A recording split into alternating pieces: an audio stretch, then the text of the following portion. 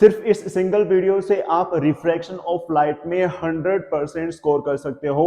और इससे पहले रिफ्लेक्शन ऑफ लाइट की मैंने वीडियो डाल रखी है, अगर वो भी आपने कर ली तो रिफ्लेक्शन ऑफ लाइट के भी आपके 100 मार्क्स पक्के।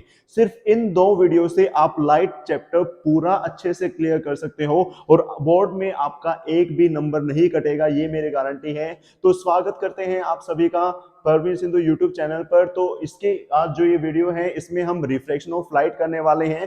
तो रिफ्लेक्शन ऑफ लाइट एक्चुअल में होता क्या है, जो अगर हमारा एक मीडियम से दूसरा मीडियम चेंज हो जाए तो उससे लाइट रे का क्या बैंड हो जाना, उसी को क्या कहा जाता है, रिफ्रैक्शन ऑफ लाइट। क्या, जब लाइट रे एक मीडियम से दूसरे मीडियम के अंदर एंटर करती है तो लाइट बैंड हो जाती है। तो लाइट कहां बैंड होगी, कैसे बैंड होगी, हर एक चीज को पढ़ेंगे।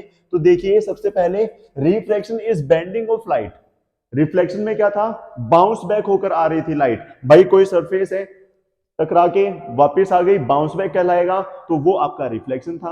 और रिफ्लेक्शन में क्या, कोई सरफेस है उसके आर पार लाइट चली जाएगी, आर पार चली जाएगी तो लाइट थोड़ी सी बैंड होगी, बैंड होगी। इसका एग्जांपल आप समझ सकते हैं किससे, या रिलेट कर सकते हैं। मान लो कोई जोड़ है या पानी का कोई भी सोर्स है, तो वहां पर क्या है भाई, पानी है, आपने एक पत्थर डाला, हवा में पत्थर की स्पीड ज्यादा होगी लेकिन पानी के अंदर उसकी स्पीड थोड़ी सी कम हो जाएगी, तो उसकी स्पीड में डिफरेंस आ जाएगा। ऐसे ही लाइट है, एक मीडियम में स्पीड ज्यादा है, अगर वो दूसरे मीडियम में जाएगी तो उसकी स्पीड क्या हो जाएगी, कम। तो कम होगी तो वो क्या, ऑब्वियस सी बात है, बैंड हो जाएगी। तो उसी बेंडिंग को ही क्या कहा जाता है, रिफ्रैक्शन ऑफ लाइट। क्या कहा जाएगा, रिफ्रैक्शन ऑफ लाइट। तो वही speed of light is maximum in vacuum. Light की स्पीड मैक्सिमम सबसे ज्यादा कहां पर होती है, वैक्यूम के अंदर होती है।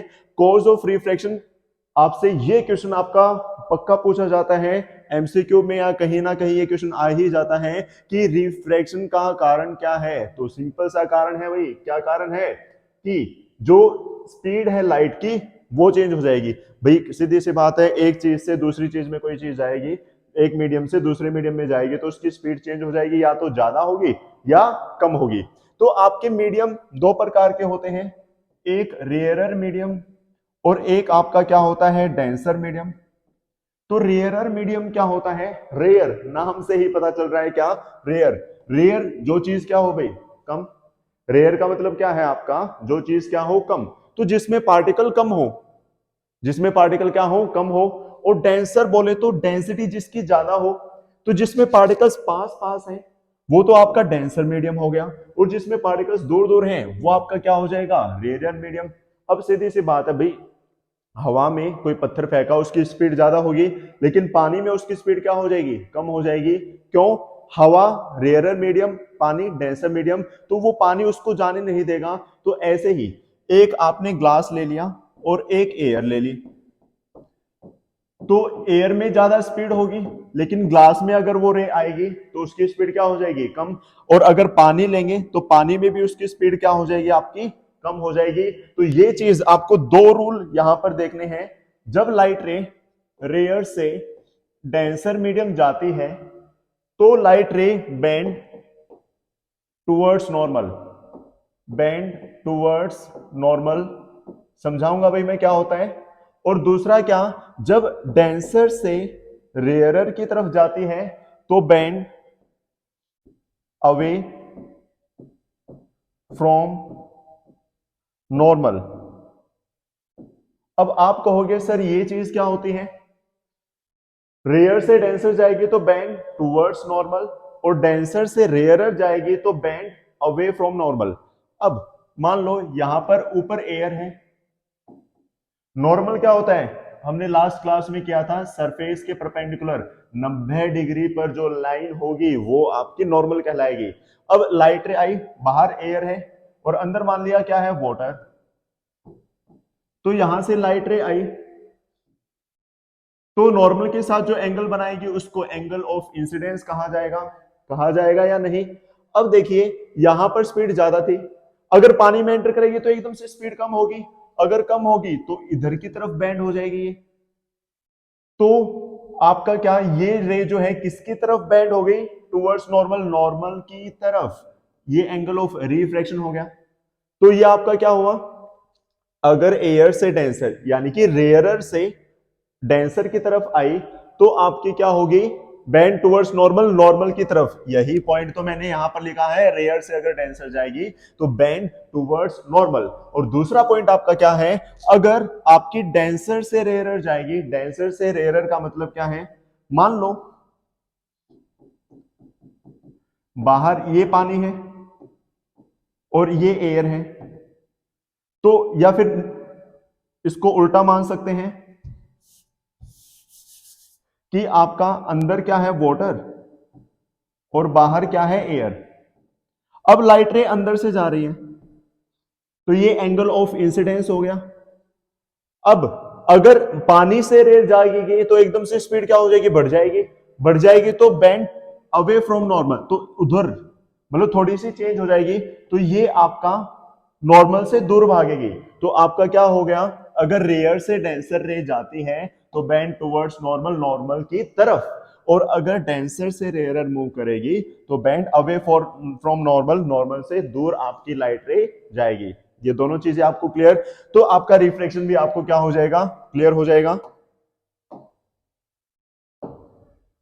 तो देखिए भाई, वही कोर्स क्या था, चेंज इन स्पीड। ये चीज आपको अगर अच्छे से समझ में आ गई तो आप इस पूरे चैप्टर को बिल्कुल अच्छे से कर सकते हो। आगे देखिए, सम एग्जांपल, रिफ्लेक्शन के एग्जांपल क्या क्या हो सकते हैं आपके। तो वही पहला है, the bottom of swimming pool appears higher. आप अगर स्विमिंग पूल में जाओगे तो बाहर से आपको दिखेगा इसकी तो कुछ गहराई भी नहीं है, तो थोड़ा सा बस कूद जाओ, लेकिन जब एक्चुअल में कूदते हो तो नीचे जाते जाते हो। यानी कि आपको जो एक्चुअल में हाइट दिखती है वो अलग होती है और उसकी एक्चुअल हाइट अलग होती है। यानी कि जो हाइट आपको दिखती है, जो डेप्थ आपको, जो गहराई आपको दिखती है, वो अलग होती है किससे, जो एक्चुअल में है। अब वो कैसे, इसको भी एग्जांपल से समझ सकते हैं। मान लो ये पानी है, स्विमिंग पूल है, और ये इसकी तली है, बॉटम। यहां से मान लो एक लाइट रे गई, ये लाइट रे गई, ये क्या हो गया भाई, नॉर्मल सरफेस के परपेंडिकुलर। अब ये एंगल आई हो जाएगा, ये डेंसर से रेयरर की तरफ गई, बाहर एयर है भाई, डेंसर से रेयरर की तरफ गई तो bend away from normal, normal से दूर भागेगी, दूर भागेगी। तो इसको अगर एक्सटेंड करेंगे तो हमें ये ऐसे लगेगा, ये लाइट रे यहां से आ रही है। अगर हम यहां से आंख से देखेंगे तो हमें क्या लगेगा कि ये लाइट रे, हमारे लिए तो लाइट सीधी ट्रेवल करती है ना, तो हमें क्या लगेगा कि ये जो लाइट रे है वो यहां से आ रही है। तो एक्चुअल में इतनी डेप्थ थी, लेकिन हमें दिखाई दे रही है सिर्फ इतनी। तो इसी को क्या कहा जाता है, अपेरेंट डेप्थ। क्या कहा जाएगा, अपेरेंट डेप्थ। भाई अच्छे से समझ में आ गया होगा कि आपका जो ये है, एक्चुअल डेप्थ कुछ और है और अपेरेंट कुछ और होती है। क्यों होती है, due to refraction of light. तो आपका क्वेश्चन पूछा जा सकता है कि अगर आप किसी स्विमिंग पूल में देख रहे हैं, केस बेस्ड स्टडी भी क्वेश्चन आपका आ सकता है कि अगर आप स्विमिंग पूल में देख रहे हैं तो उसकी हाइट हमें कम दिखती है, क्यों, because of refraction of light.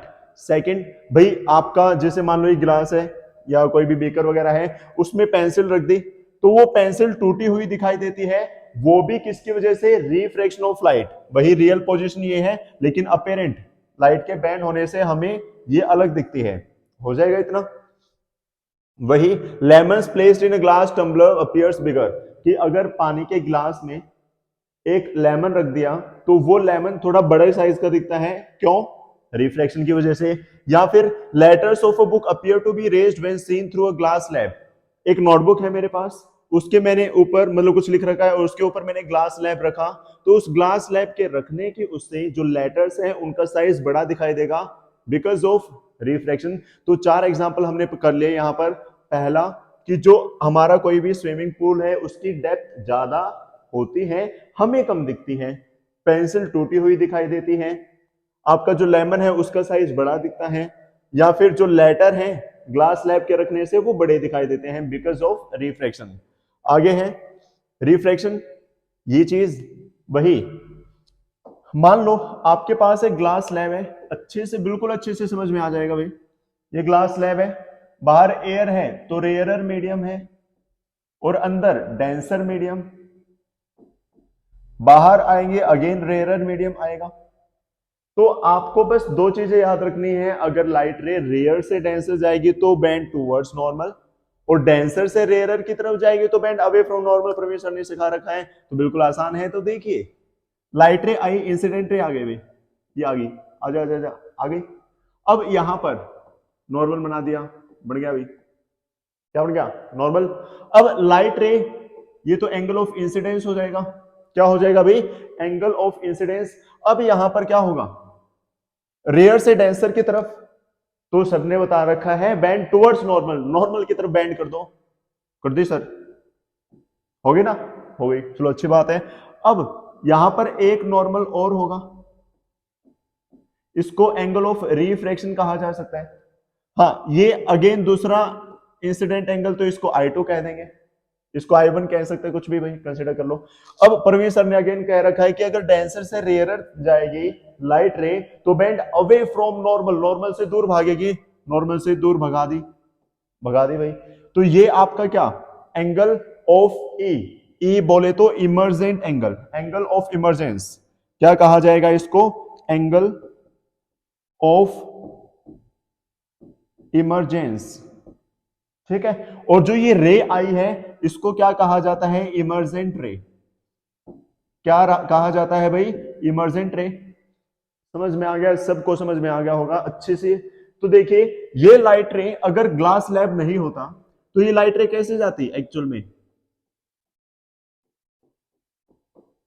ये लाइट रे जानी चाहिए थी ऐसे, ग्लास लैब आने की वजह से यहां से जा रही है, हमेशा ये दोनों पैरेलल होंगी, तो इनके बीच जो परपेंडिकुलर डिस्टेंस है, इनके बीच जो ये परपेंडिकुलर डिस्टेंस है इसको क्या कहा जाता है, लेटरल डिस्प्लेसमेंट, क्या कहा जाएगा भाई इसको, लेटरल डिस्प्लेसमेंट। क्लियर है क्या, जो आपकी इमर्जेंट रे है और अगर ग्लास लैब नहीं होता तो जो ये रे आपकी आती, इन दोनों के बीच जो परपेंडिकुलर डिस्टेंस है इसको क्या कहा जाता है, लेटरल डिस्प्लेसमेंट, क्या कहा जाता है, लेटरल डिस्प्लेसमेंट। ये सारी चीजें आपको क्लियर हो गई होंगी।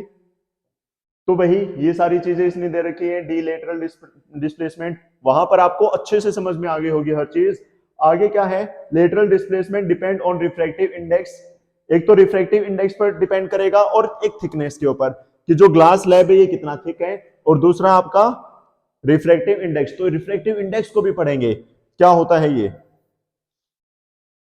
लेकिन उससे पहले लॉज ऑफ रिफ्रैक्शन, आपके रिफ्लेक्शन में दो लॉ थे, एंगल आई एंगल आर के इक्वल, और दूसरा क्या था, एंगल ऑफ इंसिडेंस, नॉर्मल और रिफ्लेक्टेड रे, मतलब ये सभी जो है सेम प्लेन में लाई करती हैं, तो वो दूसरे वाला लॉ यहां भी है, वो क्या,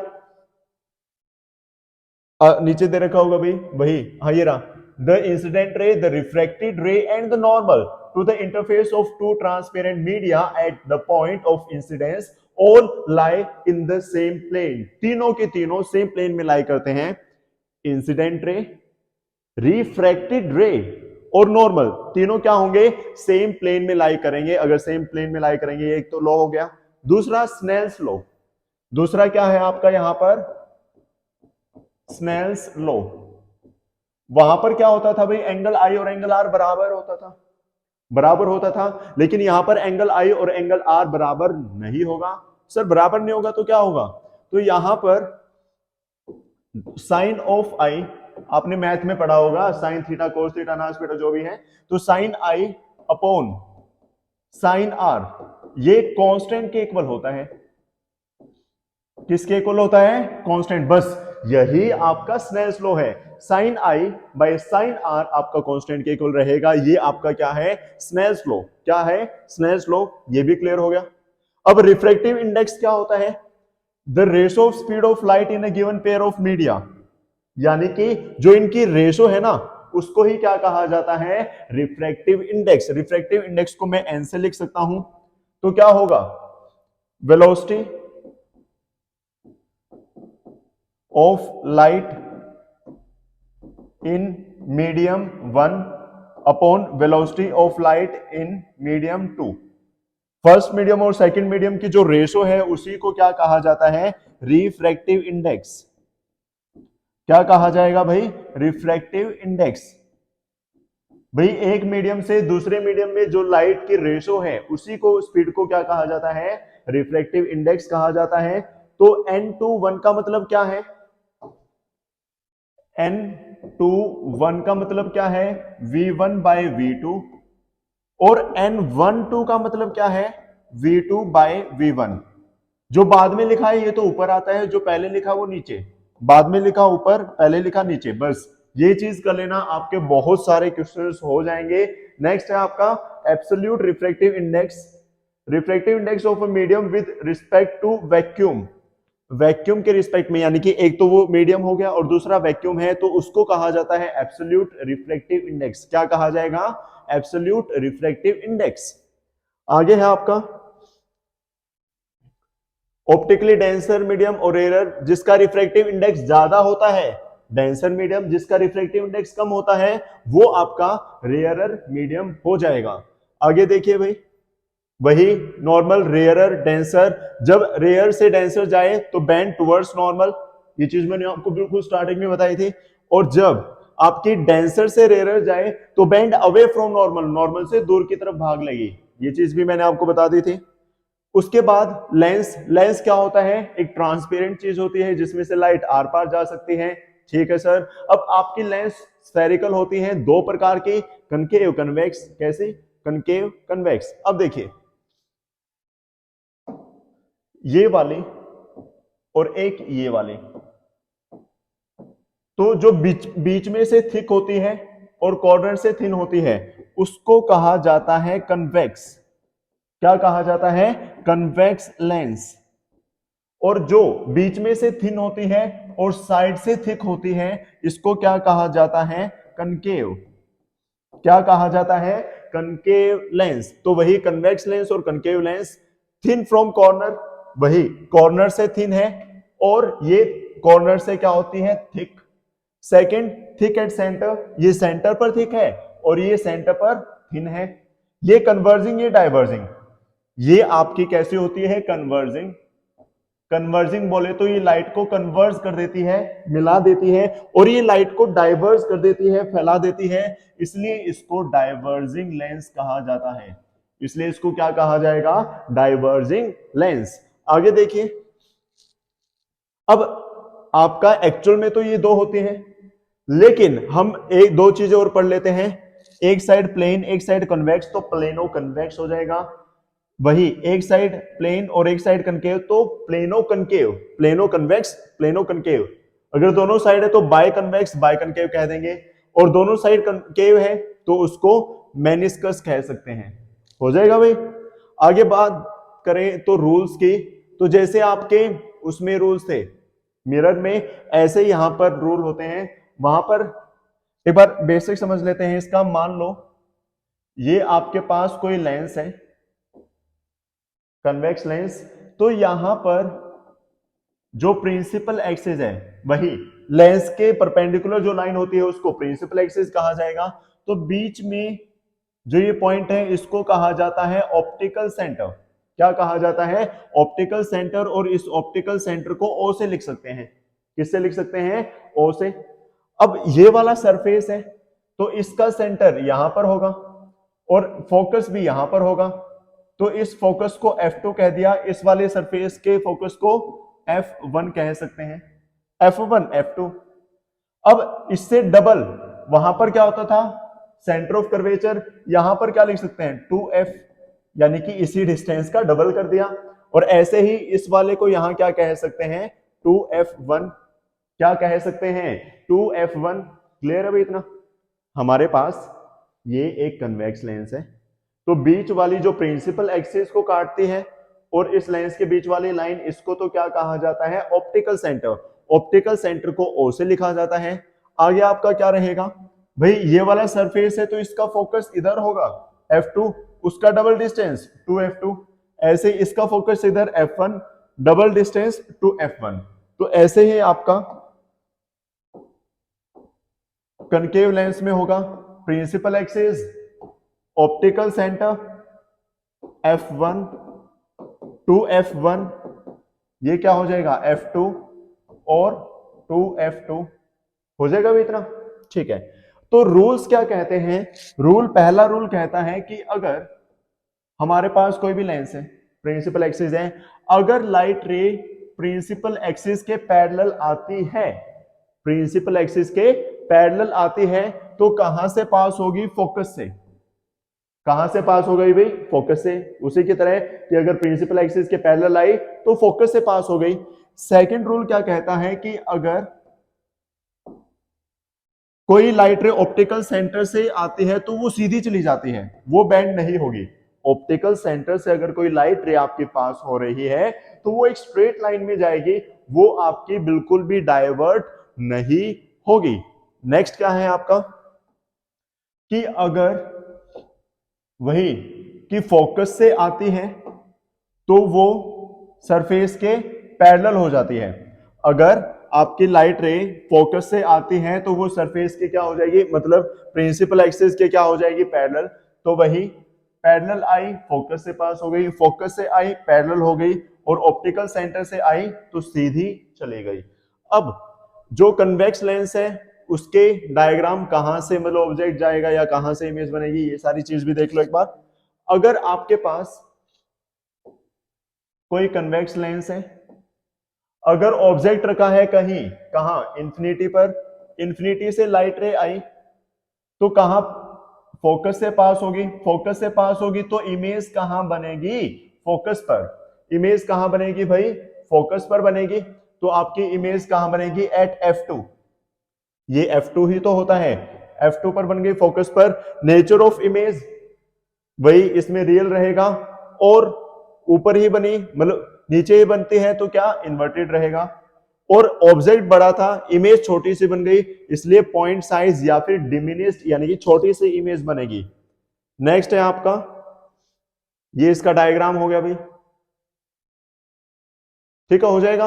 उसके बाद when object is eight 2F1, जब ऑब्जेक्ट, भाई ये वाला सेकंड वाला रह गया, sorry, when object is beyond 2F1,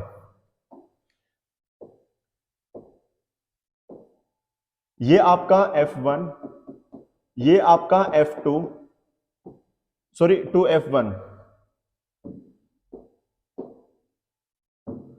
2F1, ये आपका F2 और ये आपका 2F2।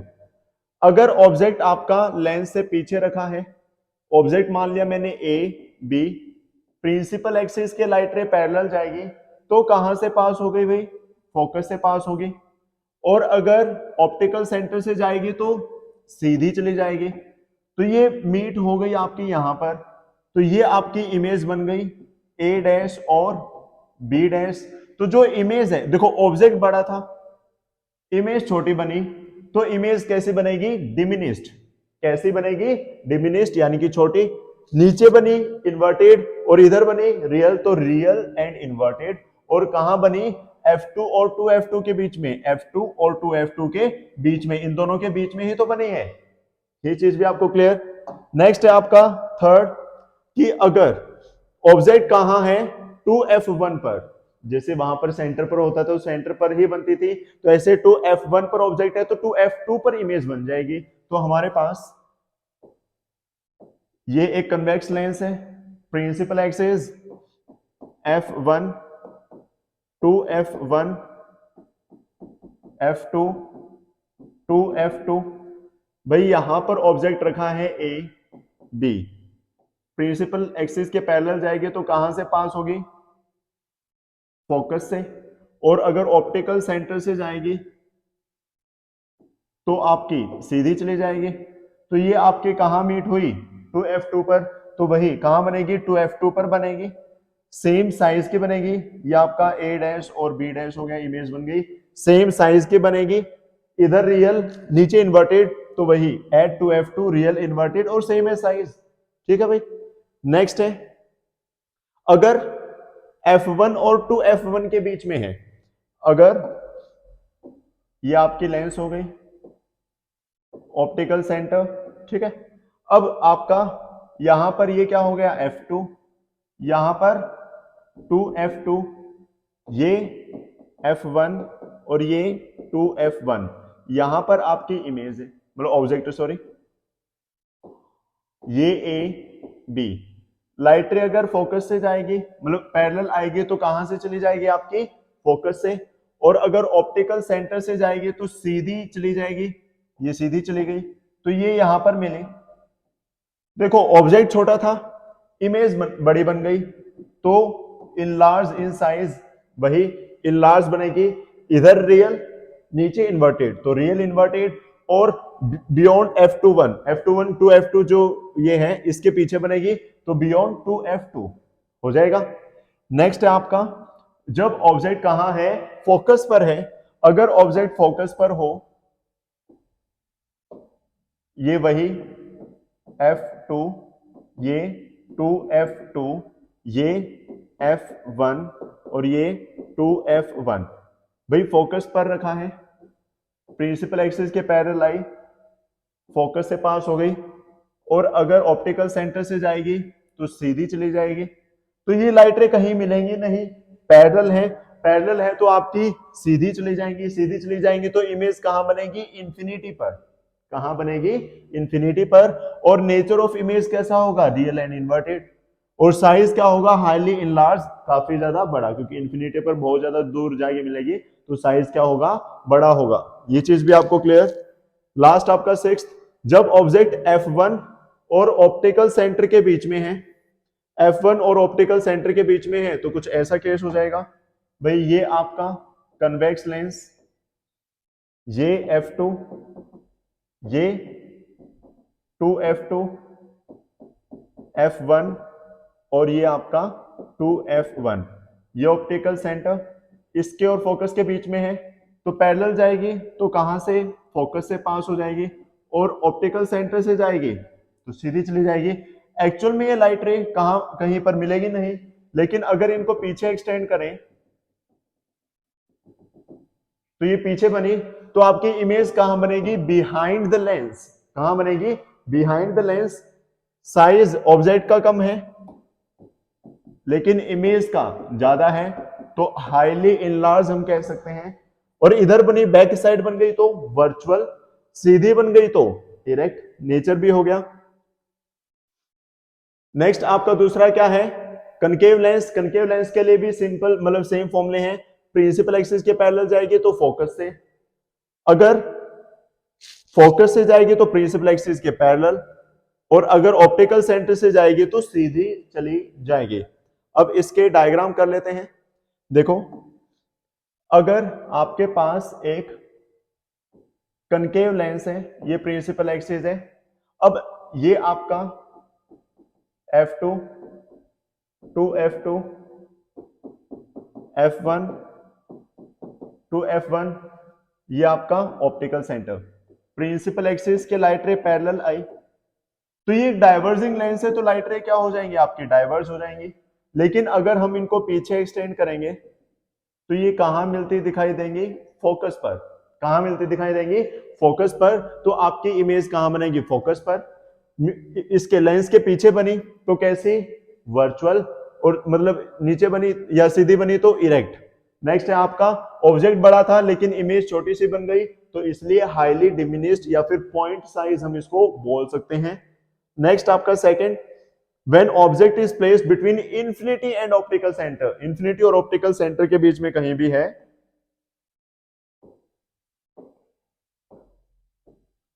Concave lens, principal axis, यहां पर हमने इमेज मतलब ऑब्जेक्ट रख दिया, ये F1, 2f1, एक्सिस के पैरेलल गई तो कहां से मिलती दिखाई देंगी फोकस से, और अगर आपकी गई है कहां से ऑप्टिकल सेंटर से, कहां से गई है भाई ऑप्टिकल सेंटर से, तो सीधी चली जाएंगी तो इमेज बन गई यहां पर ये A B object A dash B dash, तो कहां बनेगी बिटवीन एफ और ओ के बीच में, फोकस और ऑप्टिकल सेंटर के बीच में बनेगी। दूसरा सीधी बनी तो आपकी इरेक्ट, और इधर बनी बिहाइंड बनी तो वर्चुअल, और तीसरा डिमिनिश्ड, ऑब्जेक्ट बड़ा था इमेज छोटी बनी तो क्या हो जाएगा डिमिनिश्ड हो जाएगा। उसके बाद साइन कन्वेंशन मैंने बता रखा है, बिल्कुल ही सिंपल है, कोई भी लेंस ले लो सभी के लिए सेम, ये आपका लेंस हो गया, तो इससे वही लेफ्ट वाले डिस्टेंस नेगेटिव, राइट वाले डिस्टेंस पॉजिटिव, अप वाले डिस्टेंस पॉजिटिव और डाउन वाले डिस्टेंस नेगेटिव। हो जाएगा भाई। वही लेंस फॉर्मूला एक नई चीज आ जाती है, वहां पर मिरर फॉर्मूला क्या था, 1/f is equal to 1/v plus 1/u, लेकिन यहां पर क्या हो जाएगा, 1/f is equal to 1/v minus 1/u। यहां पर माइनस आ जाएगा, बस ये हल्का सा डिफरेंस होता है, क्या आ जाएगा minus. Magnification again, height of image by height of object, या फिर इमेज का डिस्टेंस बाय ऑब्जेक्ट का डिस्टेंस, ये हम लिख सकते हैं, लिख लोगे भाई। पावर ऑफ लेंस, पावर देखो, पावर से पता चलता है कि लेंस में कितनी ताकत है, यानी कि कितना कन्वर्स कर सकती है और कितना डाइवर्स कर सकती है, उस चीज की एबिलिटी को ही क्या कहा जाएगा, पावर।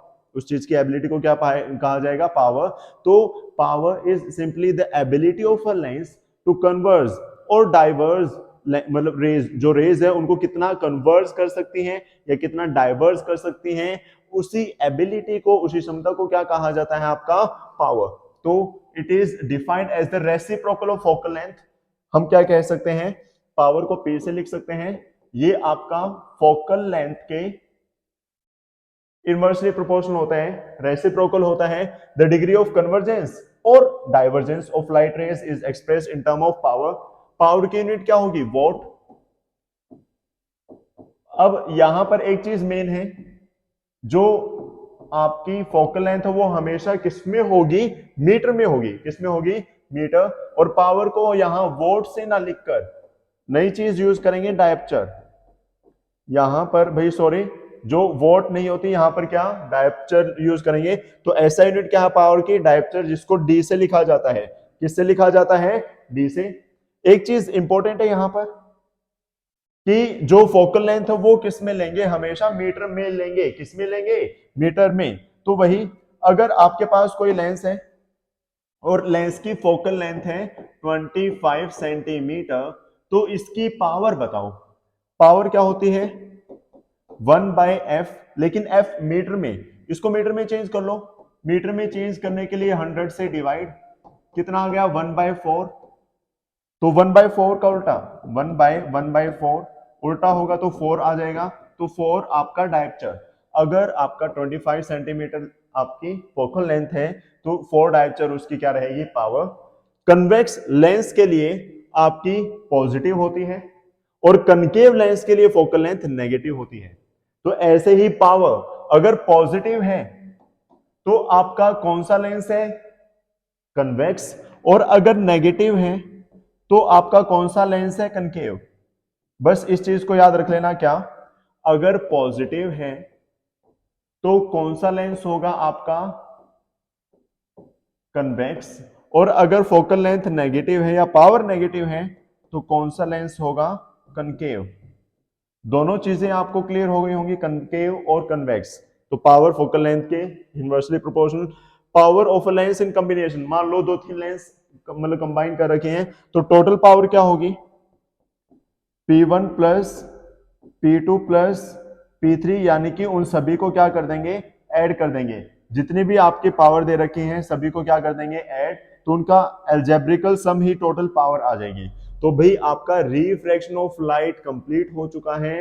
किसी भी स्टूडेंट का कोई भी डाउट है वो मुझे बेझिझक बता सकता है, कमेंट करके आप अपना डाउट बता सकते हैं। क्लास को लाइक करें अगर आपको अच्छी लगी, ज्यादा से ज्यादा इस वीडियो को शेयर करें। हाँ, रिफ्लेक्शन का लिंक आपको डिस्क्रिप्शन मिल जाएगा, इसके बाद आपको रिफ्लेक्शन ही पढ़ना है तो रिफ्लेक्शन का लिंक आपको डिस्क्रिप्शन में मिलेगा, वहां से रिफ्लेक्शन भी आप कंप्लीट कर सकते हैं। और अगर आपने ये 2 वीडियो अच्छे से कर ली तो आपका लाइट से एक भी नंबर नहीं कटेगा, ये मेरी गारंटी है किसमें, बोर्ड एग्जाम्स में।